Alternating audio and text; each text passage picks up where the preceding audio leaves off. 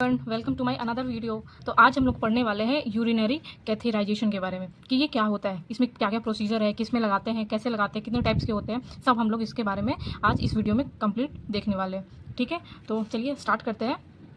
तो it is a method in which a hollow tube is inserted in the bladder through the urethra to drain the urine कहते हैं urinary कैथेराइजेशन एक procedure है, एक method है जिसमें क्या करते हैं, हॉलो ट्यूब को क्या करते हैं ब्लैडर के अंदर यूरेथ्रा में क्या करते हैं, इंसर्ट करते हैं। किस लिए? तो यूरिन को ड्रेन करने के लिए, ठीक है, बाहर निकालने के लिए। तो सबसे पहले इंडिकेशन है, पर्पस है कि क्यों किस में लगाते हैं। ठीक है, तो patient who are unable to urinate, जो पेशेंट यूरिनेट नहीं कर पाते हैं, जैसे कि जो कोमाटोज और पैरालिसिस पेशेंट होते हैं, जिसमें जो पेशेंट कोमा में चले गए हैं, जो जिनको पैरालिसिस है, तो वो पेशेंट क्या कर सकते हैं, वो यूरिन नहीं कर सकते, यूरिनेट नहीं कर सकते। तो उस पेशेंट में क्या लगाया जाता है, यूरिन कैथेराइजेशन लगाया जाता है। ठीक है, नेक्स्ट है patient who can not control bladder, जो ब्लैडर को कंट्रोल ही नहीं कर पाते हैं।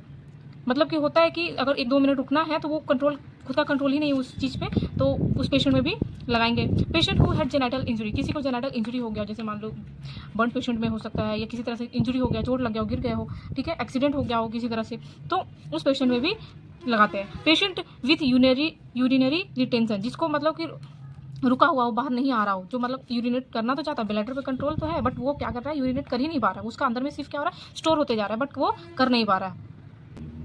Patient with in large prostate, जिस पेशेंट का जो प्रोस्टेट है वो क्या हो गया, इन लार्ज हो गया, बड़ा हो गया, तो उस पेशेंट में भी लगाएंगे। To empty the bladder prior to surgery, मतलब बोलते हैं ना कि जब सर्जरी करनी हो तो ब्लैडर को आपको एम्प्टी करना होगा, ठीक है, तो उस पेशेंट उस टाइप में भी क्या करते हैं, लगाते हैं। To measure the residual volume, हम लोग को वॉल्यूम चेक करना हो कि रेसिडुअल वॉल्यूम क्या है, तो उस चीज़ के लिए भी हम लोग लगा के चेक करते हैं। डायग्नोस्टिक पर्पस के लिए, जैसे कि स्टेराइल यूरिन सैंपल लेना है, जिसमें चेक करना है, डायग्नोस्टिक टेस्ट करने हैं, तो उस चीज़ में क्लिक करने के लिए क्या करना पड़ता है, तो यूरिन कैथेराइजेशन करना पड़ता है। नेक्स्ट, टू प्रोवाइड कंटिन्यू और intermediate bladder irrigation for clean the bladder from decomposed urine bacteria, excess mucus, blood clot and maintain potency of catheter।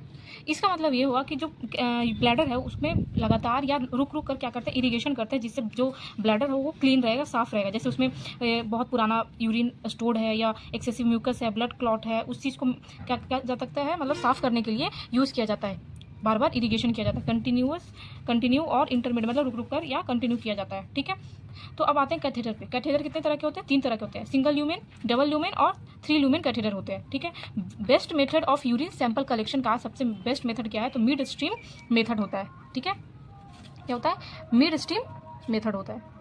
अब आते हैं टाइप ऑफ यूरिन कैथेटर पे। ठीक है, तो सबसे पहला है स्ट्रेट कैथेटर, जिसको K90 भी बोलते हैं और इंटरमीडिएट कैथेटर भी बोलते हैं। ये क्या होता है, सिंगल यूरिन कैथेटर होता है, जो कि यूज्ड ओनली 1 टाइम, सिर्फ 1 टाइम के लिए यूज़ करते हैं। Next, to empty the bladder, bladder को एम्प्टी करने के लिए यूज़ किया जाता है। To use to check residual volume, जब चेक करना हो तब भी यही कैथेटर यूज़ करेंगे। और to get sterile urine sample जब लेना हो तब भी हम लोग straight catheter K90 intermediate catheter का ही यूज़ करेंगे। नेक्स्ट आते हैं इनवेलिंग कैथेटर, जिसको फॉलिक कैथेटर के नाम से भी हम लोग जानते हैं, जो ज़्यादातर यूज यही होता है। ठीक है, ये क्या होता है, डबल ल्यूमेन कैथेटर होता है, जिसमें पॉट वैल्यून इन्फ्लेशन या डिफ्लेशन होता है। ठीक है, ये कंटिन्यू ब्लैडर को में यूज़ किया जाता है। नेक्स्ट है ट्रिपल ल्यूमेन कैथेटर, जो 3 ल्यूमेन का होता है। ठीक है, it is used for bladder irrigation, ये ब्लैडर इरिगेशन के लिए हम लोग ट्रिपल ल्यूमेन कैथेटर का यूज़ करते हैं, जिसमें 3 ल्यूमेन होते हैं। ठीक है, इंस्टॉलेशन द सॉल्यूशन, इसमें सबसे पहले क्या करते हैं, इंस्टॉलेशन ऑफ सॉल्यूशन, जैसे NS का यूज़ करते हैं।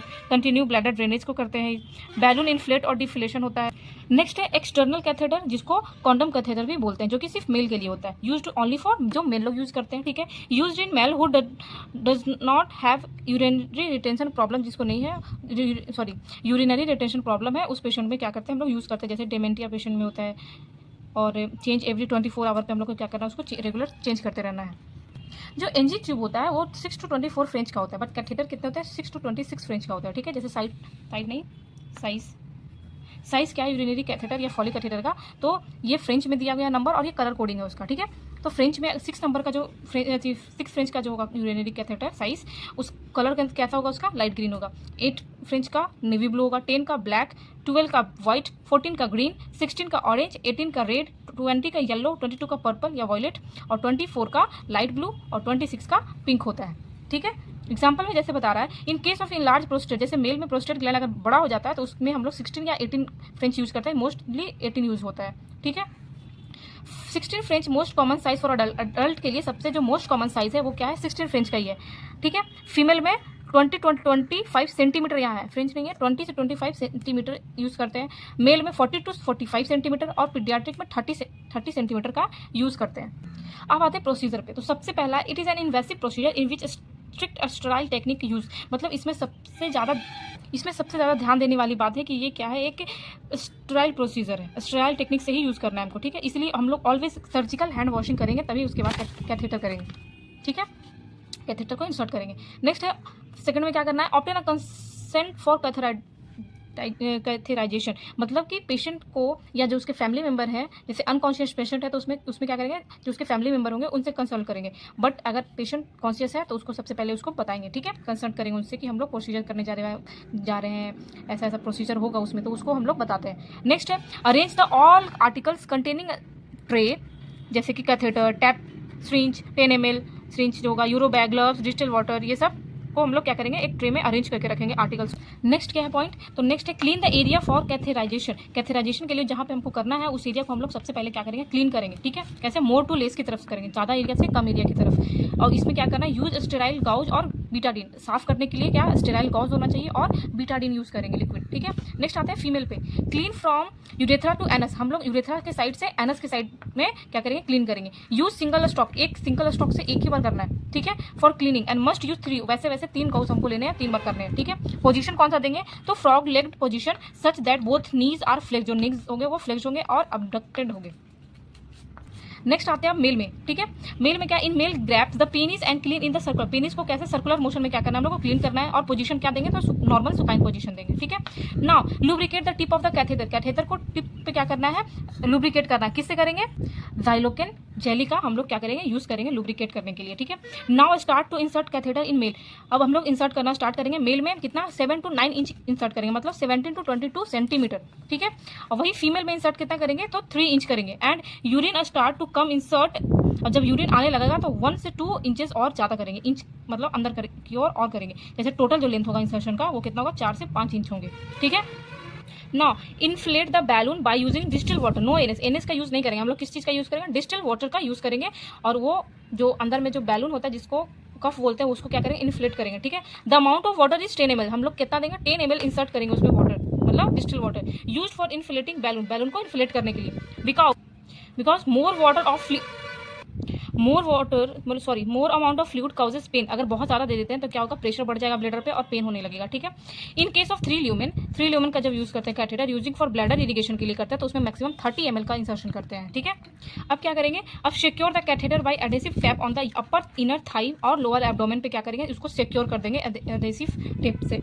Now connect the catheter by uro bag. अब उसको यूरो बैग से क्या करेंगे, कनेक्ट करेंगे। And always hang in downward मतलब नीचे की ओर क्या करेंगे, उसको हैंग कर देंगे। यूरो बैग का कैपेसिटी कितना था, 2000 ml या 2 लीटर, ठीक है। Make sure catheter is not nicked और ट्विस्ट, मतलब कहीं से मुड़ा हुआ नहीं होना चाहिए catheter. Never apply force on the catheter to introduce. कभी भी क्या करना है, हम लोग को कैथेटर पे फोर्स नहीं अप्लाई करना, कभी भी फोर्स नहीं लगाना है, ठीक है। Next, avoid tub bath. हम लोग को क्या करना है, टब बाथ क्या करना है, अवॉइड करना है, क्योंकि इन्फेक्शन हो सकता है। इफ़ यूरिन कलर रेड, अगर यूरिन कलर रेड आ रहा है तो हम लोग को डॉक्टर को इन्फॉर्म करना है। अगर यूरिन कलर क्लाउडी और फॉल स्मेलिंग भी हो रहा है तो समझ जाना कि वो इन्फेक्शन को इंडिकेट कर रहा है, ठीक है। Now monitor intake and output. हम लोग को कितना इन हो रहा है, कितना आउट हो रहा है, वो सब हम लोग को क्या करना है, मॉनिटर करना है। अगर इफ आउटपुट जो होगा वो 30 ml से कम होगा पर आवर, मतलब 1 घंटे में अगर 30 ml से भी कम हो रहा है तो डॉक्टर को इन्फॉर्म करेंगे। नाउ नो आउटपुट इज, अगर मतलब 15 से 30 मिनट में कोई भी इनपुट नहीं हुआ है, मतलब कोई भी मतलब थोड़ा सा भी मतलब यूरिन आउट नहीं हुआ है, तो उसमें भी हम लोग को डॉक्टर को इन्फॉर्म करना है। Take urine sample from catheter pot. हम लोग को क्या करना है, यूरिन सैंपल लेना है, नॉट द कलेक्ट बैग और pot, not the collection bag को नहीं लेना है, ठीक है। Change the catheter every 3 weeks पे हम लोग को चेंज करना है, मतलब लगभग 1 मंथ पे चेंज करना है कैथेटर को। एंड यूरो बैग को हर 7 दिन पे क्या करना है, चेंज करना है। और सिलिकॉन वाला जो होगा उसको 90 डेज पे करेंगे। और empty the bladder every shift पे क्या करेंगे, ब्लैडर को खाली करेंगे। नेक्स्ट, अब सुप्रा प्यूबिक कैथेटर क्या, it is a method in which an opening is made and just above 1 to 2 centimetre from pubic symphysis into the bladder to drain. क्या करते हैं इसमें, एक मेथड में मतलब क्या होता है सुप्रा प्यूबिक कैथेटर में कि एक ओपनिंग जस्ट किसके ओपनिंग करते हैं, कितना 1 to 2 सेंटीमीटर, किससे, प्यूबिक सिम्फाइसिस के जस्ट अबव ऊपर में करते हैं, किसके, ब्लैडर को ड्रेन करने के लिए, ठीक। नेक्स्ट है cout catheter. It is a catheter used in case of obstruction, किसी तरह से ऑब्स्ट्रक्शन हो गया है इन यूरिनरी ट्रैक्ट में, such that having hard tip, जिसका हार्ड टिप हो, ठीक। रिमूविंग द कैथेटर, अब कैथेटर को क्या करेंगे, रिमूव कैसे करेंगे, ठीक है। तो पोजीशन फ्रॉग लेग, पोजीशन कौन सा देंगे, फ्रॉग लेग देंगे। नेक्स्ट कब क्या करेंगे, withdraw the sterile water from balloon port and deflate cuff, जो कफ को हम लोग फुलाए तो उसको क्या करेंगे, पचकाएंगे वापस से, ठीक है, और विड्रॉ करेंगे। Full the catheter slowly and smoothly. Burning sensation is normal finding, जो बर्निंग सेंसेशन थोड़ा बहुत होता है तो वो नॉर्मल माना जाता है। Avoid the patient for salt boiled first with in क्या करेंगे 6 to 8 आवर्स विद इन, मतलब कि 6 से 8 घंटा के अंदर। Next clean the area with sterile technique से हम लोग को क्या करना है, उस एरिया को क्लीन करना है। कॉम्प्लिकेशन क्या क्या आ सकते हैं, तो UTI most common complication E coli के बैक्टीरिया की वजह से, ब्लैडर स्टोन हो सकते हैं, यूरेथ्रल इंजरी हो सकता है, किडनी डैमेज हो सकता है और एलर्जिक रिएक्शन हो सकता है। बस इतना ही था आपका यूरिनरी कैथेराइजेशन के बारे में। आई होप आप लोग को समझ में आया होगा। तो आपको नेक्स्ट किस टॉपिक पे वीडियो चाहिए आप ज़रूर कमेंट करें। Thanks for watching.